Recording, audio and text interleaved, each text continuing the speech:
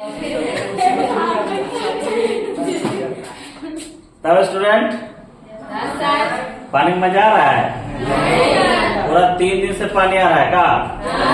कल भी आएगा, लेकिन मेरा स्टूडेंट पूरा आ गया है ढेर एकदम का। चलो ठीक है, पूरा हमको लगा तुम लोग नहीं आएगा, इसलिए हम भी लेदरा उड़ के सूत गए थे, लेकिन तुम लोग आ गए तो फिर हम उठ गए। तो चलो आज हम लोग पढ़ेंगे त्रिभुजों की समरूपता की कसौटियां।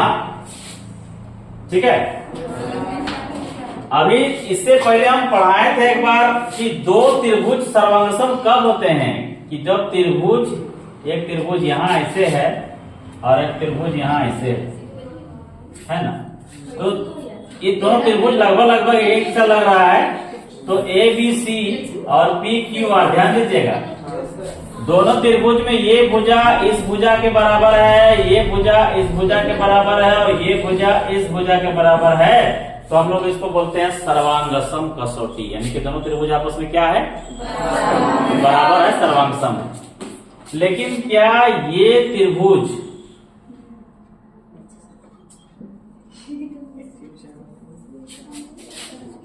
इस त्रिभुज के बराबर है?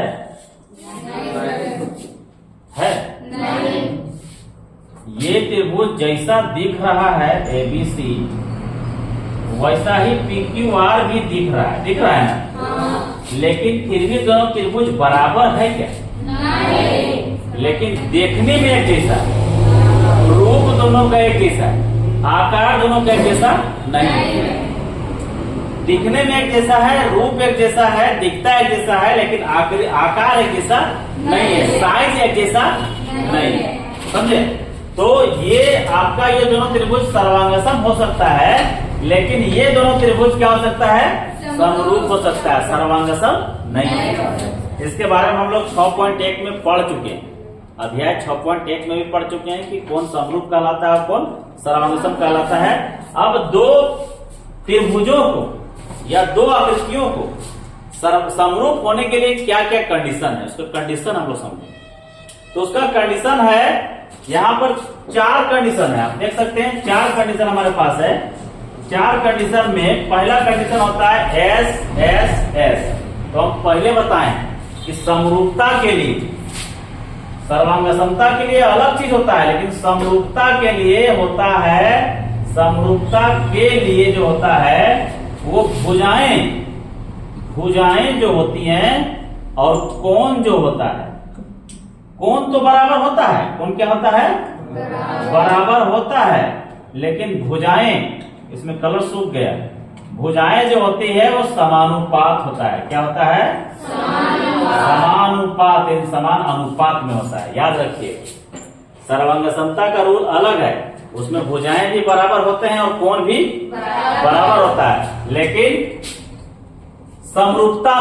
समरूपता कसौटी में भुजाएं जो होती है वो समान अनुपात में होता है और कोण जो होता है वो बराबर होता है। ठीक है, अब इस समान अनुपात क्या होता है? तो अभी हम लोग क्या कर रहे थे, वही सब लोग पढ़ रहे थे कि बट्टा में होता है, भुजाएं क्या होता है? बट्टा में। मतलब यदि हम एक त्रिभुज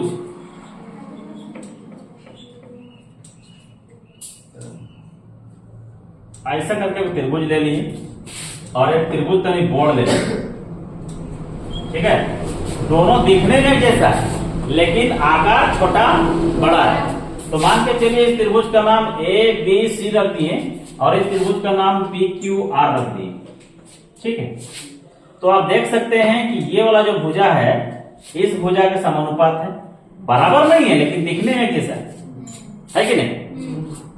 और ये वाला भुजा जो है इस भुजा के समानुपात है और ये वाला जो भुजा है वो इस भुजा के समानुपात है। तो यहाँ कंडीशन क्या लगेगा? यहाँ कंडीशन लगेगा AB जो है वो किसके?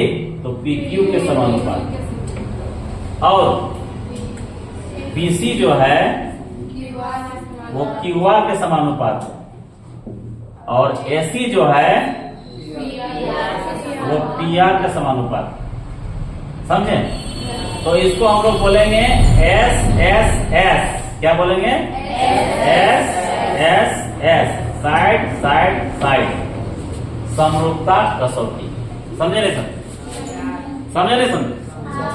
कि अगर एक त्रिभुज की तीन भुजाएं, यदि एक त्रिभुज की तीन भुजाएं दूसरे त्रिभुज की तीन भुजाओं के समान अनुपात में है, अनुपात समान है, ठीक है, भुजाएं बराबर नहीं है लेकिन भुजाएं क्या है, समान अनुपात में है, समान अनुपात में है, तो एस एस एस समरूपता कसौटी द्वारा त्रिभुज दोनों आपस में क्या हो जाएगा, समरूप हो जाएगा। त्रिभुज ए बी सी समरूप त्रिभुज पी क्यू आर।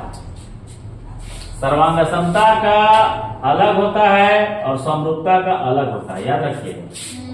इसमें ये बराबर नहीं रहेगा, केवल ये पिलवर है, पीलू नहीं होता है ना, पोका पीलू देखते हो ना, लड़की लोग को दहिया में को छोड़ दो, फिर देखोगे बिना बाजा डांस स्टार्ट है ना, गजब का डांस करेगी, लगा के तो छोड़ दो।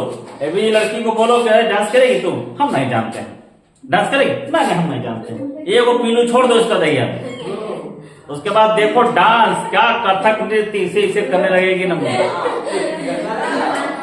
तो पीलू है, पीलू होता है, इसलिए पीलू होता है जी। हाँ, तो समरूपता माने पीलू और सर्वांग समता माने दूगो पीलू। सर्वांग समता माने रावण ऐसे टीका लगाता था, रावण जी इसी तरह का टीका लगाते थे, ठीक है, तो ये रावण का टीका हो गया और ये पीलू हो गया, माने नीचे बराबर के ऊपर में पीलू, ठीक है, ठीक है। तो ये समरूपता कसौटी हो गया पहला, कि अगर एक त्रिभुज की तीन भुजाएं दूसरे त्रिभुज के तीन भुजाओं के समान अनुपात में हो तो त्रिभुज आपस में समरूप होते हैं। किस कसौटी द्वारा, एस एस एस समरूपता कसौटी द्वारा। कोई दिक्कत नहीं, ठीक है। तो जल्दी से इसको तो नोट कर ही लिया है, थोड़ा सा इसको भी कर लो, करो नहीं कर लो, करो करो पास। चलिए आप देखिए ये ए क्या है, सर्वांग समता में ध्यान दीजिएगा, सर्वांग सम कसौटी में ए नहीं था क्या, नहीं था, क्योंकि जब तीन भुजाएं बराबर होती है तो तीन कोण भी तो बराबर हो जाएगा, इसलिए वो नहीं था, लेकिन इसमें है। एक छोटा सा उदाहरण ले लीजिए, ये छोटा त्रिभुज ले लिए और एक बड़ा त्रिभुज ले लिए, A B C P Q R, ठीक है। इसमें क्या है कि ये जो कोण ए है कोण पी के साथ बराबर है, ध्यान दीजिएगा, कोण ए बराबर कोण पी, और ये जो कोण बी है वो कोण क्यू के साथ बराबर है, कोण किसके साथ, कोण क्यू के साथ, और ये जो कोण सी है ये कोण आर के साथ बराबर है, कोण आर के साथ बराबर है, ठीक है। हम पहले भी बोल चुके हैं कि सर्वांग समरूपता कसौटी में भुजाएं जो होती हैं वो समान अनुपात में हो सकता है, लेकिन कोण क्या होता है, बराबर होता है। तो तीनों कोण, एक त्रिभुज का तीन कोण दूसरे त्रिभुज के तीन कोणों के बराबर है, इसको हम लोग ए ए ए ए ए समरूपता, समरूपता कसौटी द्वारा, है ना, त्रिभुज ए बी सी समरूप त्रिभुज पी क्यू आर, ठीक है।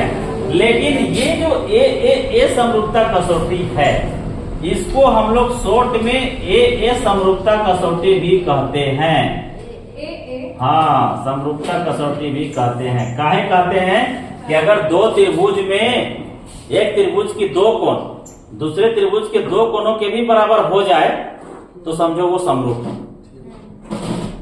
तीन नहीं हो तो तीसरा, क्योंकि दिमाग लगाओ कि अगर एक त्रिभुज के दो कोण बराबर हैं तीसरा बराबर नहीं होगा, 180 होता है जी। अगर मान के चलो कि ये वाला कोण 60 डिग्री सपोज दैट, ठीक है, ये भी 60 डिग्री, ठीक है, ये 70 डिग्री है, ये भी 70 डिग्री है, सपोज दैट, तो 6 7 कितना होगा, 13, 130 डिग्री, यहाँ पे कितना होगा, 100। अगर हम दुओं को लिखते हैं तो तीनों मिला के 180 होगा जी, तो 130 यानी 180 में अगर 130 घटेगा कितना बचेगा? तो ये हो 50 और हो 50 न होगा का बेसी होगा का? सवाल पैदा नहीं होता है। इसीलिए ए समरूपता कसौटी को ए समरूपता यानी कि 3 ना होकर के 2 भी लिख देंगे तो भी हमारा सही है, तो भी वो समरूप है। समझे नहीं समझे? आगे चल के हो सकता है तो आपको कहीं भी ए समरूपता कसौटी दिखबो नहीं करे, हर जगह आपको खाली ए समरूपता कसौटी दिखे, तो समझ लेना है कि वो कौन है? ए समरूपता कसौटी ही है, क्योंकि 2 अगर बराबर होगा एक त्रिभुज के 2 कोण तो तीसरा ऑटोमेटिक बराबर होगा, क्योंकि तीनों कोणों का मान 180 होता है, उससे ज्यादा होता है ये नहीं है। तो जब 2 कोण पता रहेगा तो तीसरा कोण जाहिर सी बात है, जब 2 कोण बराबर तो तीसरा भी बराबर होगा ही होगा, इसलिए इसको ए समरूपता कसौटी भी बोला जाता है। याद रहेगा? याद रहेगा? जल्दी जल्दी नोट करो, जल्दी नोट करो, उसके बाद बताएंगे एस ये दोनों आसान है।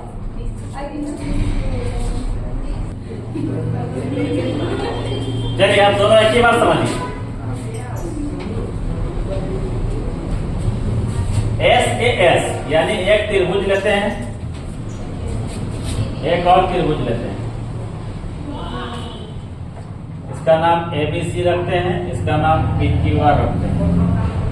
क्या कर रहा है? एक त्रिभुज की 2 भुजाएं, ये भुजा इस भुजा के समानुपात और ये भुजा इस भुजा के समानुपात, और ये कोण इस कोण के बराबर, क्या हो जाएगा? AB बटा PQ होगा और BC बटा QR तथा कोण B बराबर कोण Q। तो कौन सा नियम द्वारा? SAS समरूपता कसौटी हल्ला रे द्वारा त्रिभुज ABC समरूप त्रिभुज PQR। कोई दिक्कत? चौथा, एक त्रिभुज दूसरे त्रिभुज, थोड़ा सा मिस्टेक बन गया, ABC PQR यानी कि 2 कोण, ये कोण और ये कोण, ये कोण और ये कोण इस भुजा के और इस भुजा के पास समानुपात है, ठीक है? एक ही डालते हैं, यानी कि कोण A बराबर कोण P, कोण B बराबर कोण Q, और एक भुजा AB बटा दूसरा भुजा PQ। तो यहाँ पे क्या हो जाएगा? ASA द्वारा समरूपता कसौटी द्वारा त्रिभुज ABC समरूप त्रिभुज PQR। आए समझ में? यानी कि एक त्रिभुज की 2 कोण बराबर है दूसरे त्रिभुज के 2 कोणों के, और उसके अंतर्गत एक भुजा समानुपात है, तो ASA समरूपता कसौटी द्वारा दोनों त्रिभुज आपस में क्या हो जाएगा? समरूप। कोई दिक्कत नहीं? इस तरह से ये खत्म हो गया। कल आपको हम बताएंगे कि अभी जो क्वेश्चन है आपका आगे प्रश्नावली 6.3 यही है ना, उसमें देखिए आपको बोल रहा है कि चित्र दिखा करके बोल रहा है कि कौन त्रिभुज समरूप है और किस विधि से समरूप है, ठीक है? तो आप लोग एक्सरसाइज 6.3 का अपने आप बना लेते आइए, देखिए याद हो जाएगा आपको। ये समझ में आ गया होगा तो आराम से बना लीजिए, ठीक है? इसको उतारिए, उसको बना के लेते आइएगा, ठीक है? और वीडियो अपने दोस्तों में शेयर कीजिए, सब्सक्राइब कीजिए, है ना? कमेंट नहीं कीजिए।